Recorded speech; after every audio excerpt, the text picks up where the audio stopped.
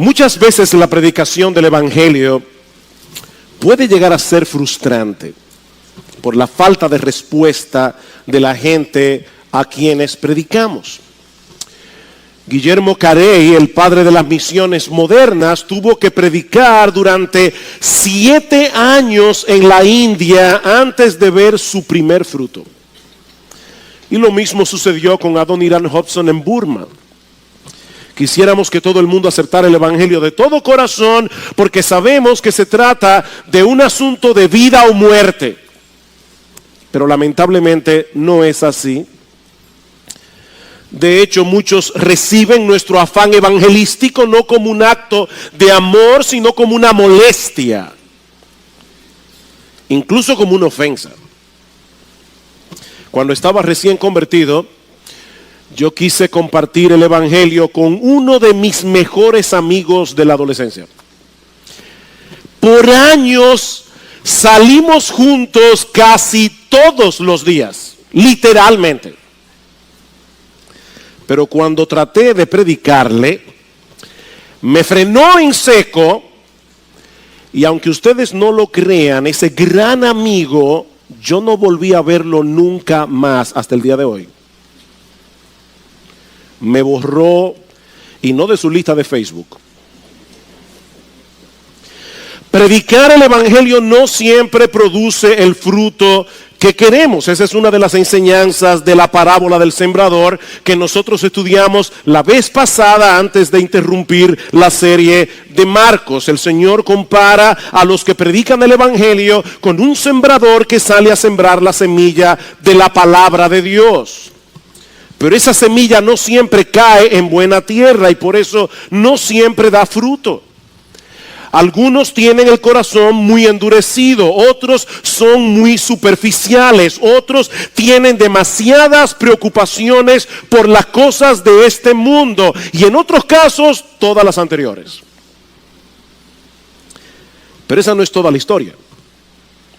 Esta parábola también nos enseña que por la gracia de Dios muchos corazones son preparados para recibir la palabra y para que esa palabra fructifique a 30, a 60 y a 30 por uno. Así que debemos predicar la palabra porque ese es el instrumento poderoso que Dios ha de usar para obrar en el corazón de los hombres y para establecer su reino. Nosotros cantábamos hace un momento, venga tu reino, Dios.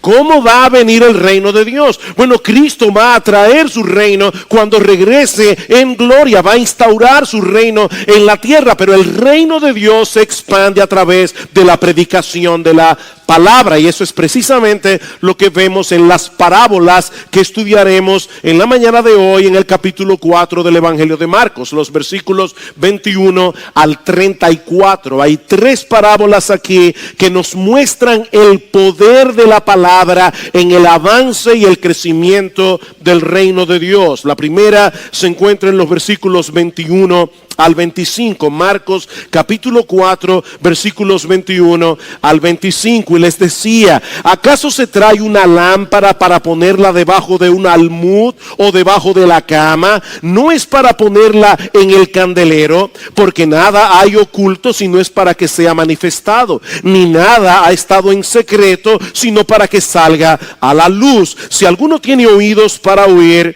que oiga. También les decía, cuidaos de lo que oís, con la medida con que midáis se os medirá y aún más se os dará, porque al que tiene se le dará más, pero al que no tiene, aún lo que tiene se le quitará. Como vimos en el mensaje anterior, las parábolas son básicamente comparaciones. El Señor se vale de una imagen o de una historia de la vida cotidiana para enseñar verdades espirituales en una forma clara, fácil de entender, fácil de recordar. Sin embargo, las parábolas también tienen el propósito de oscurecer esa misma verdad que se quiere dar a conocer cuando la persona está predispuesta en contra de la verdad. De manera que las parábolas revelan y ocultan la verdad al mismo tiempo. Esa misma comparación o ilustración que hace que para algunos pueda resultar sumamente didáctica y esclarecedora la enseñanza, para otros la parábola es una especie de acertijo. Por eso decíamos la vez anterior que las parábolas son un medio de gracia para los creyentes, pero también son un medio de juicio para aquellos que desechan la verdad en contra de toda evidencia. Pablo dice en 1 Corintios capítulo 2, versículo 14, que el hombre natural, el hombre que no ha sido regenerado por el Espíritu Santo, el hombre que no ha nacido de nuevo, no percibe las cosas que son del Espíritu de Dios, porque para él son locura y no las puede entender, porque se han de discernir espiritualmente. ¿Han visto ustedes alguna vez a esos individuos que son fanáticos de la ópera? E invitan a un amigo y lo obligan a ver 1 hora y media un recuegente cantando en italiano. Y al individuo ni le gusta ese estilo, ese género musical, ni entiende el idioma. Y él puede captar algo más o menos por los gestos de los actores y de los artistas, pero él pierde la esencia de la trama. Él no puede percibir la riqueza de la lírica. Lo que Pablo está diciendo aquí, mis hermanos, es que algo similar ocurre cuando el incrédulo escucha la palabra de Dios. Él entiende las palabras y las ideas, pero él no puede entender la esencia del mensaje. Él no puede entender el tesoro incomparable que se le está ofreciendo en el Evangelio. Pero mi hermano, si tú eres creyente, a ti Dios te abrió el entendimiento. Dios hizo una obra en tus oídos, Dios hizo una obra en tu corazón. Y no solamente para que puedas entender la palabra de Dios, sino para que la ames y para que la obedezcas. Me encanta como lo dice John MacArthur. Si eres un creyente, tú hablas el lenguaje de Dios. Cuando Él habla, tú lo entiendes perfectamente, pero esa es una lengua extraña para todos los demás. Tú hablas el idioma de Dios, ¿tú sabías eso? Hablas el lenguaje de Dios, tú lo entiendes a Dios porque Dios te escogió, te llamó, obró en ti para que tú puedas entenderlo. Eso es lo que distingue a un verdadero creyente de uno que no lo es. Y mis hermanos, yo creo que es vital enfatizar este punto en el día de hoy, porque las iglesias están llenas de personas que creen. Pero su estilo de vida desmiente su profesión de fe. Una cosa no encaja con la otra. Las ovejas de Cristo, las verdaderas ovejas de Cristo, son aquellas que escuchan su voz con un corazón sumiso, con un corazón obediente. Escuchen cómo el Señor describe la relación que Él tiene con sus ovejas en Juan capítulo 10, donde Él se presenta a sí mismo como el buen pastor de las ovejas. Dice en el versículo 3 que sus ovejas oyen su voz. Luego en el versículo 4 dice que esas ovejas lo siguen a Él porque conocen su voz y no seguirán la voz de los extraños. En el versículo 16 dice que Él tiene otras ovejas que no son de este redil, refiriéndose a los gentiles que iban a creer en Él. A esas también me es necesario traerlas y oirán mi voz y serán un rebaño con un solo pastor. Oirán mi voz. Y finalmente en los versículos 26 y 27, Cristo le dice a los judíos que no creían en Él, pero vosotros no creéis. ¿Saben por qué? Porque no sois de mis ovejas. Mis ovejas oyen mi voz. Y yo las conozco y me siguen. Esa es la marca distintiva del verdadero creyente. El verdadero creyente escucha la palabra. El verdadero creyente ama la palabra, cree la palabra, obedece la palabra. De lo contrario, no es creyente. Y lo que el Señor nos está diciendo en esta primera parábola de Marcos 4 es que ese tesoro que se nos ha confiado es para compartirlo con otros. Mis hermanos, ¿por qué otra razón se le dará una lámpara a una persona si no es para que haga brillar su luz? Es inconcebible que en una casa que está completamente a oscuras, alguien tenga una lámpara en la mano y decida ponerla debajo de una canasta o debajo de la cama. Pero es más inconcebible cuando se trata de la luz del Evangelio. Mis hermanos, nosotros vivimos en un mundo que está completamente en tinieblas, entenebrecido. Escuchen con cuidado estas palabras de Jesús en Juan 8:12. Yo soy la luz del mundo. Yo soy la luz del mundo. El que me sigue no andará en tinieblas, sino que tendrá la luz de la vida. El que me sigue a mí, no los demás. En algunas casas en Galilea eran tan pobres que tenían una sola lámpara para todas las habitaciones. De manera que los únicos que tenían luz eran aquellos que estaban en esa habitación donde estuviera la lámpara. Bueno, mis hermanos, lo que Jesús nos está diciendo aquí es que Él no es una de las tantas luces que están disponibles en el mundo. Él es la única luz. Él es la única luz. Los que lo tienen a Él tienen la luz de la vida. El resto está en tinieblas. La pregunta es, ¿qué debemos hacer entonces aquellos que tenemos el privilegio de tener esa luz? El privilegio de tener esa única luz que el mundo tiene. Hacerla brillar. Hacerla brillar. Versículo 22. Dice, porque nada hay oculto, si no es para que sea manifestado, ni nada ha estado en secreto, sino para que salga a la luz. Nosotros decíamos hace un momento que Cristo había traído juicio sobre estos judíos que habían rechazado la verdad. Y ahora les estaba hablando en parábolas. Para ellos la verdad del Evangelio estaba en oculto. En ese momento el Señor reconoce aquí que por un tiempo esa luz de la verdad estuvo reservada únicamente para los discípulos. Pero lo que ahora está diciendo es que eso no siempre iba a ser así. Iba a llegar el día en que esa luz debía ser puesta en alto para iluminar al mundo entero. Cuando nosotros guardamos algo valioso, no es para dejarlo guardado para siempre. Es para sacarlo en el momento oportuno, ¿no es así? ¿Recuerdas la Navidad? Tú compras los regalos y los escondes de tus hijos por un tiempo. ¿Para qué? Para sacarlos en el momento oportuno. Si tú los escondes para dejarlos guardados, ya no están escondidos, están perdidos.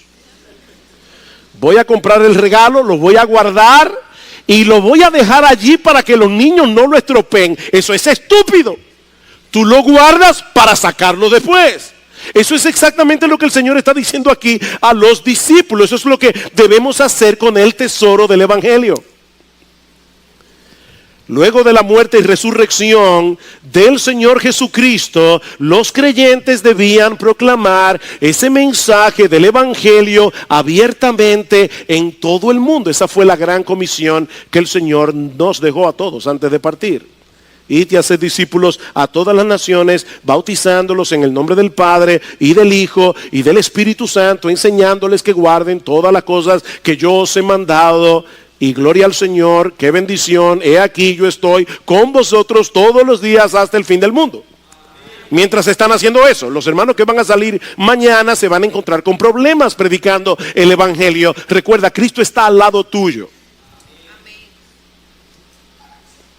Yo recuerdo la primera experiencia, una de las primeras experiencias que tuve como nuevo creyente. Nos habíamos mudado como iglesia en la Rodrigo Urdaneta, yo no sé quiénes se acuerdan de eso. Y estábamos evangelizando el barrio. Yo tenía 18 años.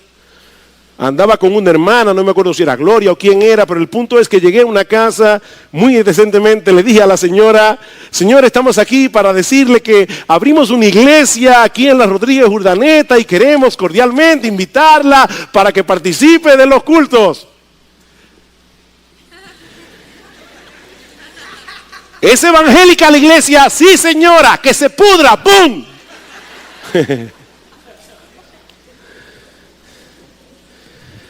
He aquí yo estoy con vosotros todos los días hasta el fin del mundo.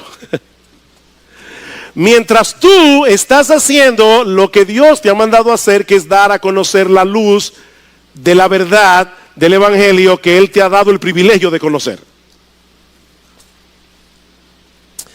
Déjame hacerte una pregunta. ¿Te ha dado Dios el privilegio de entender su palabra? ¿Piensas que el hecho de venir cada domingo a la iglesia y a esta iglesia en particular te ayuda a entender mejor las Escrituras? Parece que no mucho, pero bueno. Dice el salmista en el Salmo 119, 130, la exposición de tus palabras imparte luz, da entendimiento a los sencillos. Eso es lo que estamos haciendo aquí, exponiendo la palabra. ¿Recibes luz desde este púlpito cuando es expuesta la palabra de Dios? Mi hermano, si tu respuesta es afirmativa, ¿alguna vez has considerado el hecho de que eso que es al mismo tiempo un gran privilegio que Dios te está dando es también una gran responsabilidad? Es una gran responsabilidad. Nadie le da una lámpara a otra persona si no es para hacerla brillar. Lo que el Señor nos está diciendo aquí es que nosotros tenemos una mayordomía de esa luz que Él nos da por su palabra a través de diferentes medios. Esa luz debe brillar donde quiera que estemos. El Señor no nos ha dado la responsabilidad de convertir a nadie. Qué bueno que no es así. No, nosotros no tenemos que convertir a nadie. Eso solo puede hacerlo Él. Pero Él sí nos ha dado la responsabilidad de hacer brillar la luz del Evangelio donde quiera que podamos hacerla brillar. Y noten la seriedad con la que Jesús trata este asunto. Versículo 23. Si alguno tiene oídos para oír, que oiga. Esa es una frase que aparece unas 8 veces en el Nuevo Testamento y denota seriedad. Si alguno tiene oídos para oír, que oiga. No todos tienen oídos para oír la verdad de Dios, como hemos dicho ya. Pero si Dios en tu gracia te ha dado oídos para oír, lo que el Señor está diciendo es, ahora es tu responsabilidad escuchar con atención lo que Él dice en su palabra para ponerlo por obras y para enseñarlo a otros. Si escuchas su palabra y no haces lo que Él dice, entonces no escuchaste realmente lo que Él te está diciendo.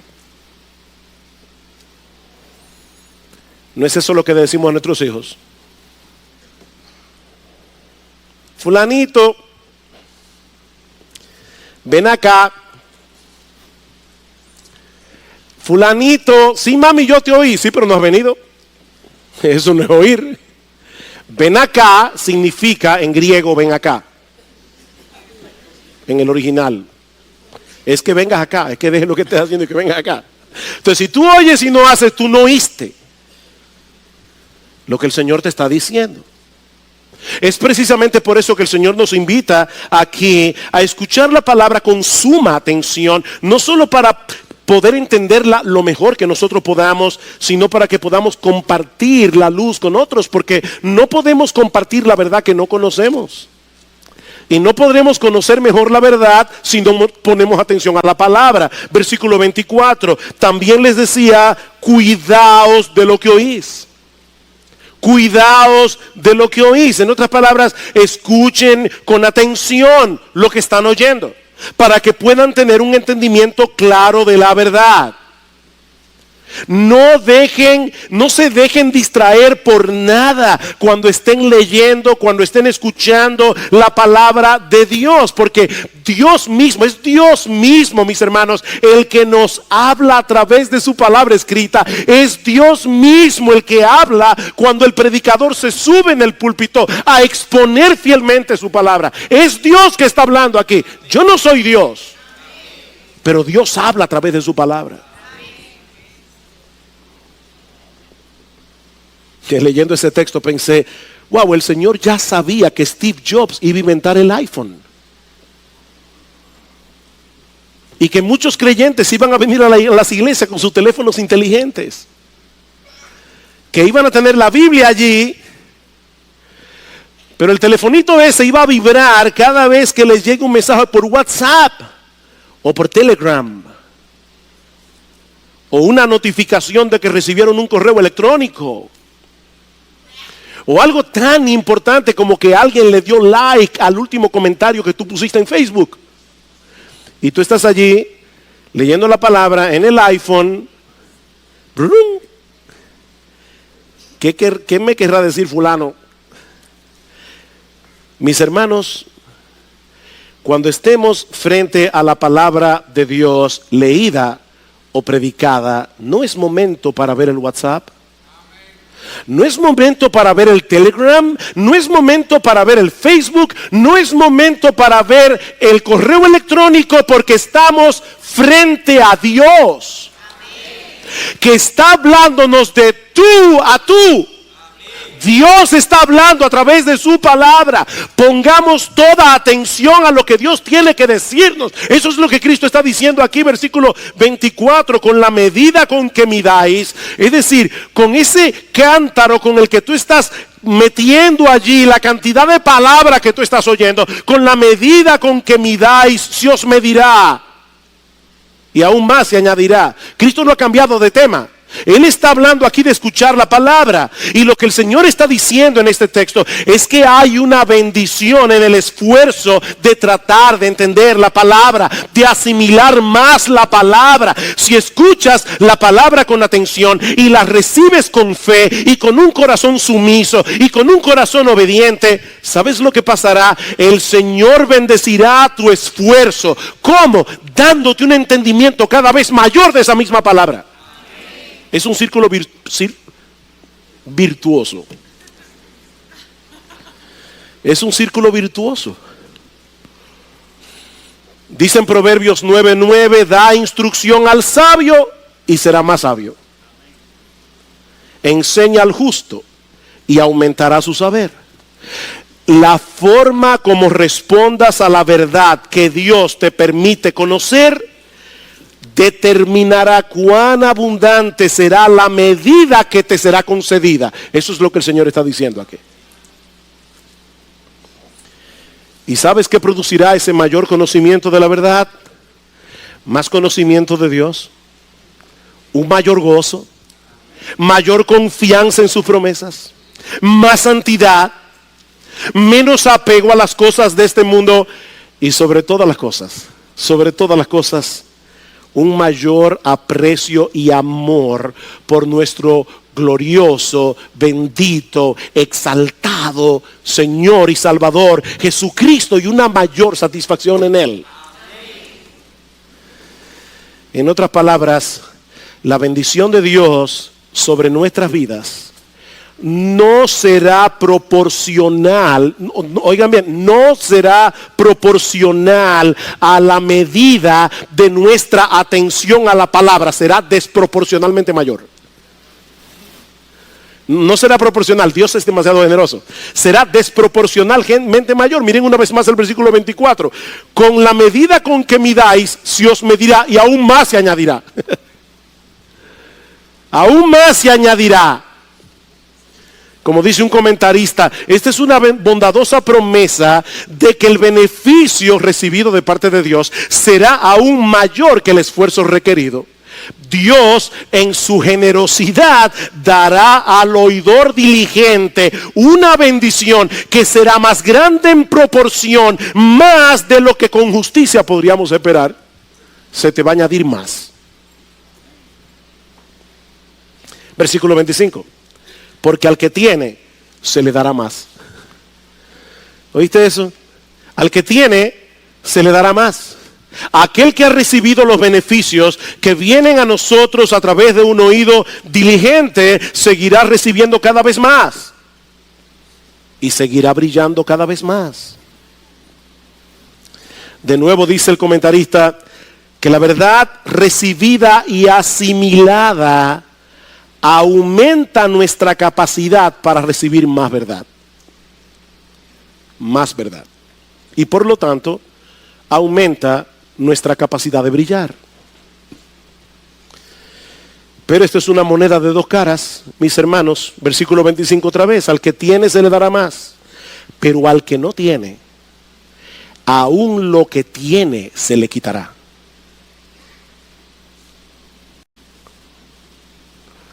Si dejas de poner atención a la palabra de Dios, óyeme bien, mi hermano, si dejas de poner atención a la palabra de Dios, las capacidades que una vez tuviste se irán atrofiando.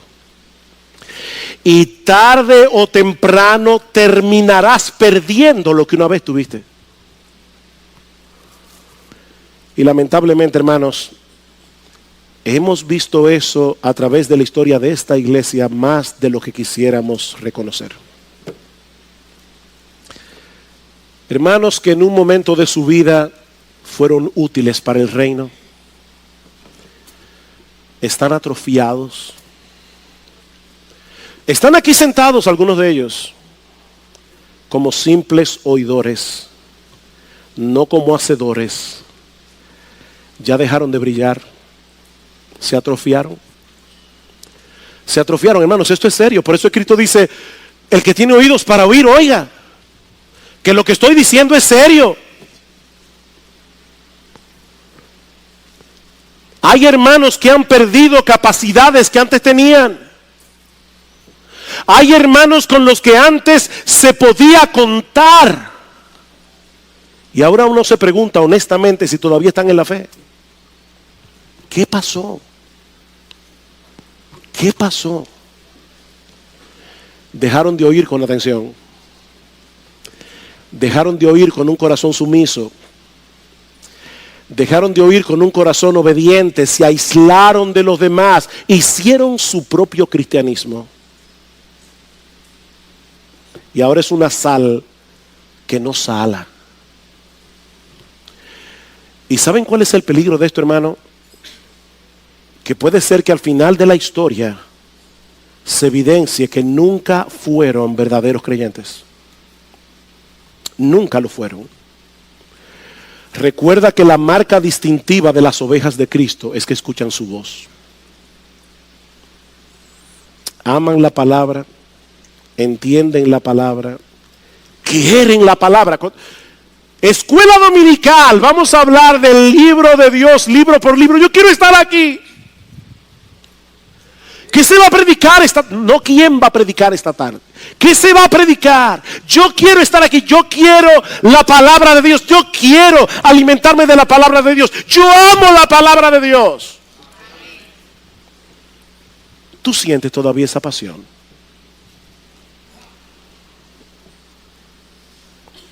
Me dio tanto gozo enterarme de un hermano de nuestra iglesia, voy a reservarme su nombre.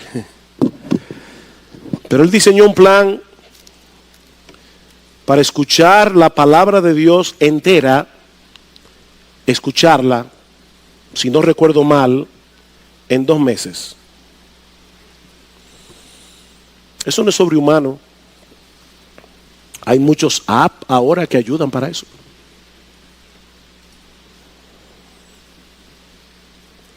Qué bueno es ver a un creyente amando la palabra de Dios. Y cuán útiles son los creyentes que aman la palabra de Dios. Pero aún nos restan 2 parábolas más. Y les prometo que las veremos más brevemente. Pero es que están conectadas con el tema. Ya el Señor nos ha dicho que debemos compartir la luz que recibimos de su palabra. Pero ahora el Señor quiere mostrarnos que esa palabra opera misteriosamente en el corazón de los hombres, para que no caigamos en el error de medir los resultados por lo que nuestros ojos pueden ver. Noten el versículo 26. Decía también, el reino de Dios es como un hombre que echa semilla en la tierra y se acuesta y se levanta de noche y de día. ¿Han visto ustedes esa persona que siembran una matica y se pasan ahí viendo a ver y no pasa nada? Se levanta de noche y de día y la semilla brota y crece. ¿Cómo? Él no lo sabe. La tierra produce fruto por sí misma. Primero la hoja, luego la espiga, después el grano maduro en la espiga. Y cuando el fruto lo permite, él enseguida mete la hoz porque ha llegado el tiempo de la siega. En la parábola anterior el Señor había comparado la verdad de la palabra con la luz de una lámpara. Aquí la compara con una semilla. Yo no sé cuántos de ustedes han tratado alguna vez de plantar un huerto. Pero una de las cosas que se requiere para eso es tener paciencia. Porque una vez plantaste la semilla en la tierra, comienza un proceso que tú no controlas y que no se puede ver hasta que la planta crece. No se puede ver. Esa es la enseñanza del versículo 27. El sembrador planta la semilla, pero luego no sabe cómo es que crece, porque eso ya no depende de él. La semilla tiene su propio poder reproductivo. Hermanos, es sorprendente el tamaño de la planta que puede llegar a salir de una pequeña semilla. Y todos los frutos que esa planta podrá producir cuando llegue a su madurez. La semilla es uno de esos elementos comunes de la naturaleza, pero que al mismo tiempo son extraordinarios. Una semilla es un mecanismo extraordinario. Dentro de una semilla está encerrado todo el potencial que ella necesita para reproducirse a sí misma. Y lo que Cristo está diciendo es, así es la palabra de Dios. Así es la palabra de Dios. Nuestra labor es sembrarla a través de la predicación del evangelio, para que luego Dios se encargue de hacerla crecer en los corazones cuando Él quiera y como Él quiera. Cuando Él quiera y como Él quiera. Y Pablo tenía muy claro este principio en su propia labor ministerial. Dice en 1 Corintios capítulo 3 versículos 6 y 7, yo planté, Apolos regó, pero Dios ha dado el crecimiento. Así que ni el que planta ni el que riega es algo, sino Dios que da el crecimiento. Es una enseñanza muy sencilla, pero extremadamente importante. Mis hermanos, nuestra labor es plantar la palabra, la de Dios hacerla germinar. La tuya y la mía, plantar la palabra. ¿Saben lo que pasa cuando olvidamos ese principio? Que tarde o temprano comenzaremos a buscar la forma de manipular los resultados. Porque, como les decía al principio, a veces predicar la palabra es frustrante. Estoy sembrando la semilla, pero yo no veo mucha gente en la iglesia. Tal vez debo usar otra metodología. Tal vez ya la gente no quiere oír una predicación, quiere mejor un talk show. Vamos a conversar con los pecadores. No, yo no estoy aquí para conversar con los pecadores, porque yo no soy un negociador de Dios, yo soy un embajador. Y yo te estoy diciendo con la autoridad de Dios lo que Él me dice a mí que te diga por medio de su palabra. Yo no soy un negociador, yo soy un embajador del reino, predicándote la palabra, diciéndote lo que dice el Rey del universo. Vamos a cambiar la metodología, vamos a tratar de ser más persuasivos. Vamos a tener música más cool en la iglesia.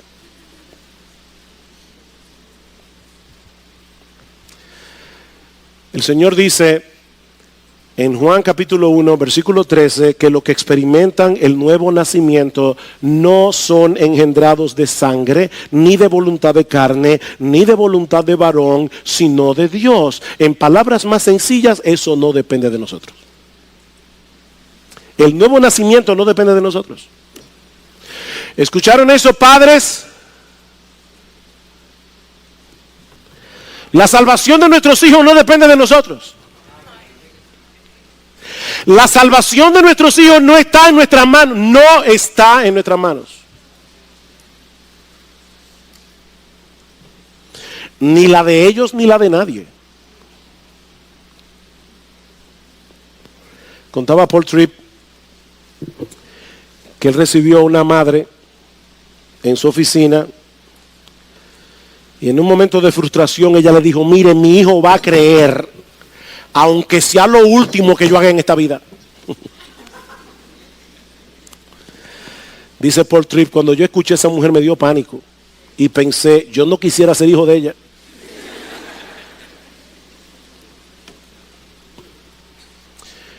Nuestro único papel es sembrar la semilla.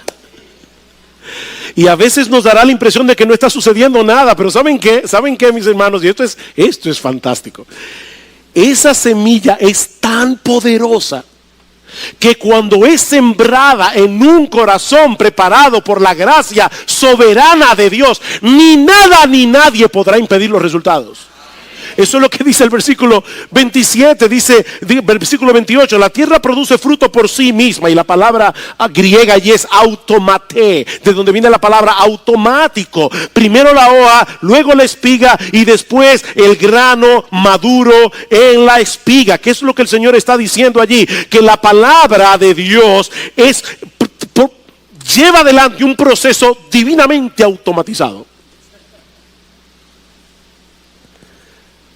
Cuando Dios dice crece, nadie puede detener eso. El poder de la palabra.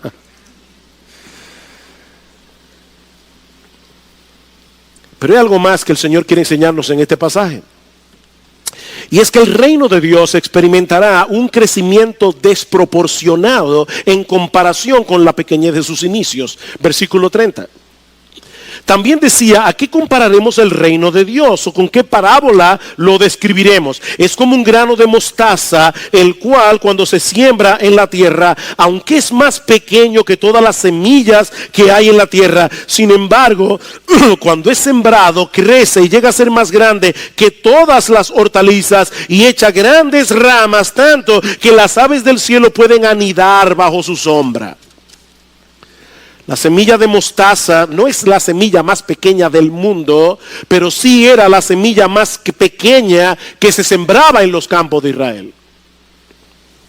Mide aproximadamente 1 o 2 milímetros. Es literalmente del tamaño de un grano de arena. Y sin embargo, esa pequeñita semilla puede llegar a producir un arbusto de hasta 12 o 15 pies de altura y 5 o 6 pies de diámetro, de manera que el crecimiento no es proporcional al tamaño de la semilla. Y lo que el Señor está enseñando a sus discípulos en esta parábola es que así será el crecimiento del reino de Dios. Comenzaría con un pequeño grupo de hombres que no parecían tener mucha capacidad de impacto, pero experimentaría tal crecimiento que llegaría a abarcar a todas las naciones de la tierra. Esa parece ser la idea del versículo 32, donde dice que las aves del cielo vienen a anidar bajo sus sombras. No tengo tiempo para probar esto, pero en el capítulo 17 del libro de Ezequiel se profetiza que el Señor tomaría una pequeña rama y la plantaría en el monte de Israel, y que llegaría a ser un cedro tan majestuoso que debajo de él anidarían toda clase de aves. Y más adelante en Ezequiel capítulo 31 versículo 6 se usa esta misma figura, solo que esta vez se dice claramente que estas aves son las distintas naciones de la tierra. Ahora imagínense, hermanos, lo alentadora que debió ser esta parábola para los discípulos. Ellos lo habían dejado todo para seguir a Jesús, el Mesías que había venido a implantar en la tierra el reino de Dios. Pero el programa de conquista no parece estar funcionando bien. Mucha gente era atraída por Jesús, pero los discípulos sabían que los verdaderos seguidores eran pocos, muy pocos. La mayoría de esa gente estaba allí buscando algún beneficio temporal, pero muy pocos estaban interesados en la salvación de sus almas. Y mucho menos estaban deseosos de someterse a la autoridad suprema del Señor Jesucristo. Y a final de cuentas, hermanos, es de eso que se trata el reino de Dios. El reino de Dios. ¿Qué es el reino de Dios? Es esa esfera en la que el Señor ejerce su autoridad en el corazón de los hombres. Es la esfera de la salvación. Hombres y mujeres que desean hacer la voluntad de Dios, que han sido transformados. Hombres y mujeres que se someten a Dios gozosa y voluntariamente. Eso es el reino de Dios. Así que es muy probable que algunos de los discípulos estuvieran confundidos en este punto de la historia. Jesús dice que vino a implantar un reino, pero este grupo no crece. Al menos no lo suficiente como para pensar que vamos a conquistar a la nación de Israel y mucho menos al mundo. Pero Jesús los exhorta en esta parábola a tener paciencia, a seguir perseverando en fe y a confiar en el poder del Evangelio. Cristo les está diciendo, óiganme bien, este grupo es pequeño, pero el crecimiento del reino será como la semilla de mostaza, será completamente desproporcional en comparación con la pequeñez de sus inicios. ¿Quién hubiera podido imaginar que ese pequeño grupo de discípulos de Jesús iba a impactar el mundo como lo hicieron? Pero las evidencias están allí. La iglesia de Cristo no solo ha tenido un crecimiento descomunal a través de la historia, sino que el cristianismo sentó la base de la civilización occidental, por más que esa civilización ahora quiera negar sus orígenes. ¿Y saben qué, mis hermanos? Cuando la historia llegue al final, nosotros veremos eso mismo que Juan vio en visión en Apocalipsis capítulo 7, a una gran multitud que nadie podía contar, de todas las naciones, de todas las tribus, de todos los pueblos y de todas las lenguas, millones y millones y millones de hombres y mujeres adorando al Cordero, hombres y mujeres que fueron traídos al arrepentimiento y a la fe por medio de la predicación del Evangelio. Cristo verá el fruto de la aflicción de su alma y quedará satisfecho. Queridos hermanos, tu responsabilidad y la mía no es mejorar el plan de Cristo. No es sentarnos a pensar, ¿cómo vamos a hacer para que el reino de Dios se expanda en el mundo? No, esa no es tu responsabilidad, no es mi responsabilidad. La nuestra es obedecerle a Él, proclamando su palabra. Esa luz debe brillar, esa semilla debe ser sembrada, y Él no ha prometido enviar ángeles para hacer eso. Él encomendó esa tarea a hombres comunes y corrientes como tú y como yo. Una cosa es decir, venga tu reino, Dios, y que en cada nación se oiga el Evangelio. Y otra muy diferente es estar sentado allí y preguntarse, ¿querrá Dios que yo lo abandone todo y salga de mi zona de comodidad para llevar el Evangelio a otras naciones?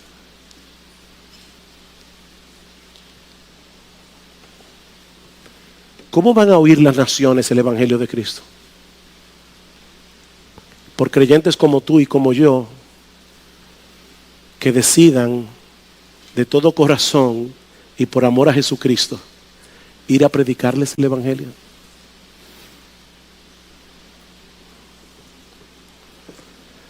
Mi hermano, una vez más yo te pregunto, ¿qué estás haciendo tú con la verdad de su palabra que el Señor te está permitiendo conocer? Esta semana, repito, hay un grupo de hermanos que van a salir a las calles a predicar el Evangelio. ¿Te animas? ¿Te animas? ¿Qué tanto esfuerzo estás haciendo en dependencia de su Espíritu Santo para entender mejor la palabra? Para poner por obra la palabra. Recuerda que la verdad recibida y asimilada aumenta nuestra capacidad para recibir más verdad. Y por lo tanto aumenta nuestra capacidad de brillar. Pero quizás la pregunta más importante que yo puedo hacerte en esta mañana es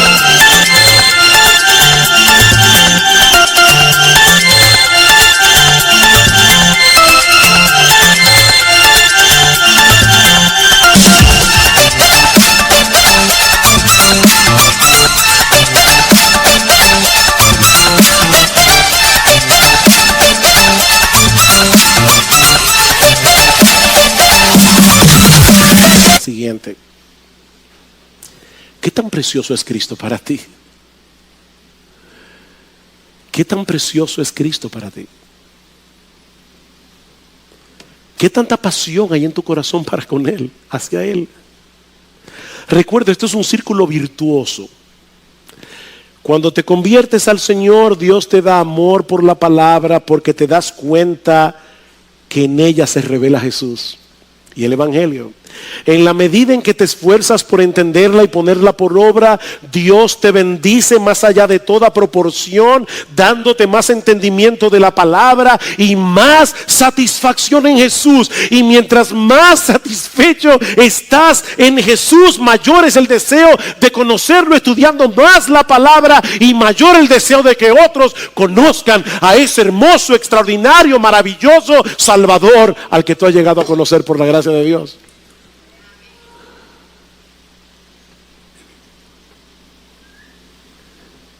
¿Es eso lo que está pasando en tu vida? ¿O es al revés?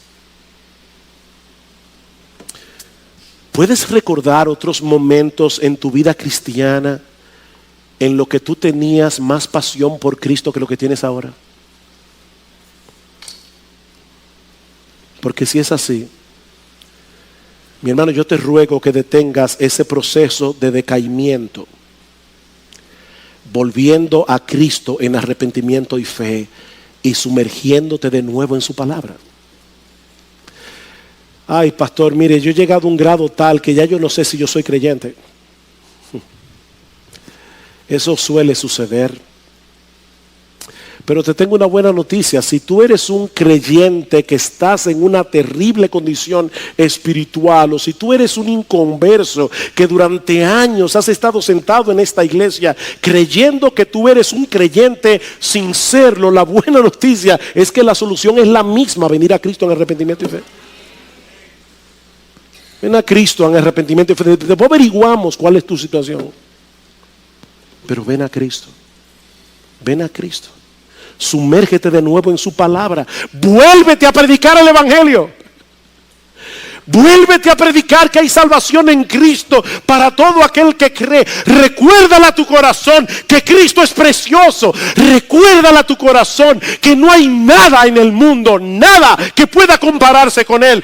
Corta de raíz, mi hermano, mi hermana, con esas cosas del mundo que están apagando tu pasión, que están matando tu hambre de la palabra de Dios. Córtala de raíz, sácala de tu vida, que no vale la pena.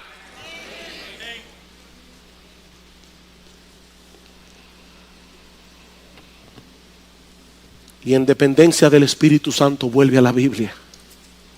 Vuelve a la Biblia. Pídele a Dios en oración: Señor, abre mis ojos para ver las maravillas de tu ley. Y si tú estás de visita en nuestra iglesia en esta mañana y nunca has venido a Cristo en arrepentimiento y fe, pidiéndole que te salve, yo espero que tú hayas podido ver en este pasaje el interés de Jesús de que personas como tú escuchen el Evangelio. La buena noticia de que hay salvación. Hay salvación para todos los que abandonan toda confianza en sí mismo y confían únicamente en Él para el perdón de sus pecados, para el don de la vida eterna. Hay salvación. ¿Sabes por qué debemos hacer brillar la luz del Evangelio en todo el mundo? Porque todo el mundo la necesita, incluyéndote a ti. Y Dios te ha traído a ti hoy aquí para que escuches este mensaje. Yo te ruego que no te vayas de aquí como llegaste, porque la salvación está disponible para todo aquel que cree.